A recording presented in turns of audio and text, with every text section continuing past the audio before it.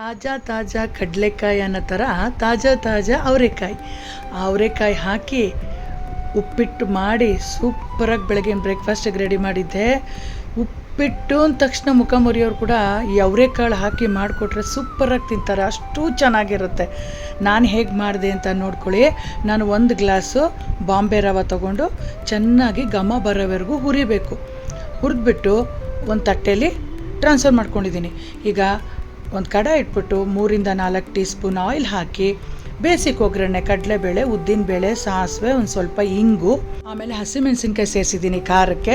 ಸಣ್ಣದಾಗಿ ಹೆಚ್ಚಾಕಿದ್ರೆ ತುಂಬ ಚೆನ್ನಾಗಿರುತ್ತೆ. 1 ಇಂಚ್ ಶುಂಠಿ ಕೂಡ ಸಣ್ಣದಾಗಿ ಹೆಚ್ಚಾಕಿದ್ದೀನಿ. ಈರುಳ್ಳಿ, ಕರ್ಬೇವಿನ ಸೊಪ್ಪು, ಈರುಳ್ಳಿ ಇಲ್ಲಿ 2 ತೊಗೊಂಡು ಪೈನ ಕಟ್ ಮಾಡಿ ಬಾಡಿಸ್ತಾ ಇದ್ದೀನಿ. ಈರುಳ್ಳಿ ಮೆತ್ತಗಾದ್ಮೇಲೆ ಅಂದರೆ ಟ್ರಾನ್ಸ್ಪರೆಂಟ್ ಆಗುತ್ತೆ, ಆವಾಗ ರುಚಿಗೆ ತಕ್ಕಷ್ಟು ಉಪ್ಪು ಹಾಕಿ ಅದನ್ನು ಸ್ವಲ್ಪ ಫ್ರೈ ಮಾಡಿ 3 ಗ್ಲಾಸಷ್ಟು ನೀರು ಸೇರಿಸ್ತಾ ಇದ್ದೀನಿ. 1 ಗ್ಲಾಸ್ ಬಾಂಬೆ ರವೆ, 3 ಗ್ಲಾಸು ನೀರು. ಯಾವ ಗ್ಲಾಸಲ್ಲಿ ತೊಗೊಂಡಿದ್ದೀರೋ ರವೆ ಅದೇ ಗ್ಲಾಸಲ್ಲಿ ನೀರು ಅಳತೆ ಮಾಡ್ಕೋಬೇಕು, 1:3. ಆಮೇಲೆ ಒಂದು ಅರ್ಧ ಕಪ್ಪಷ್ಟು ಅವರೆಕಾಳು, ಫ್ರೆಶ್ ಆಗಿರೋ ಅವರೆಕಾಳನ್ನ ಕುಕ್ಕರಲ್ಲಿ ಮೊದಲೇ ಬೇಯಿಸ್ಕೊಂಡಿದ್ದೆ.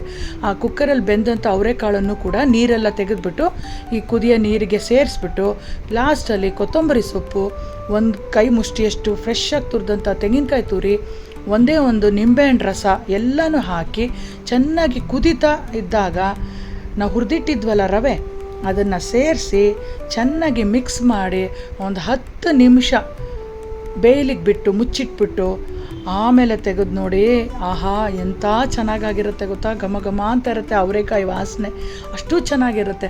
ಈ ಅವರೆಕಾಯಿ ಸೀಸನಲ್ಲಿ ಅವರೆಕಾಯಿ ರೊಟ್ಟಿ, ಅವರೆಕಾಯಿ ಉಪ್ಪಿಟ್ಟು, ಅವರೆಕಾಯಿ ಪಾಯಸ ಈ ಥರ ವಿಧವಾಗಿ ಮಾಡ್ಕೊಂಡು ತಿನ್ನಬೇಕು. ಪೊಂಗಲ್ ಮಾಡಿದಾಗಲೂ ಕೂಡ ಅವರೆಕಾಯಿ ಸೇರಿಸ್ಕೊಳ್ಳಿ, ಸಖತ್ತಾಗಿರುತ್ತೆ. ಇವತ್ತಿನ ವಿಡಿಯೋ ನೋಡ್ಬಿಟ್ಟು ನೀವು ಮಾಡ್ತೀರಾ ಅಲ್ವಾ? ಟೆಂಪ್ಟಿಂಗ್ ಆಗಿದೆ ಅಲ್ವಾ? ಸಖತ್ತಾಗಿರುತ್ತೆ, ಖಂಡಿತ ಟ್ರೈ ಮಾಡಿ ಫ್ರೆಂಡ್ಸ್. ನಿಮ್ಮೆಲ್ರಿಗೂ ಇಷ್ಟ ಆಗುತ್ತೆ. ಮಾಡಿಬಿಟ್ಟು ನಿಮ್ಮ ಮನೇಲಿ ಹೇಗೆ ಬಂತು ಅಂತ ನನಗೆ ಕಮೆಂಟ್ಸಲ್ಲಿ ಹೇಳಿ, ಓಕೆನಾ? ವೀಣಾ ಲಕ್ಷ್ಮೀನಾರಾಯಣ್ ಪೇಜನ್ನು ಫೇಸ್ಬುಕ್ಕಲ್ಲಾಗಲಿ ಇನ್ಸ್ಟಾಗ್ರಾಮಲ್ಲಾಗಲಿ ನೋಡ್ತಾ ಇದ್ದರೆ ದಯವಿಟ್ಟು ಫಾಲೋ ಮಾಡ್ಕೊಂಡು ನೋಡಿ ಅಂತ ಕೇಳ್ಕೊತೀನಿ. ಬಾಯ್.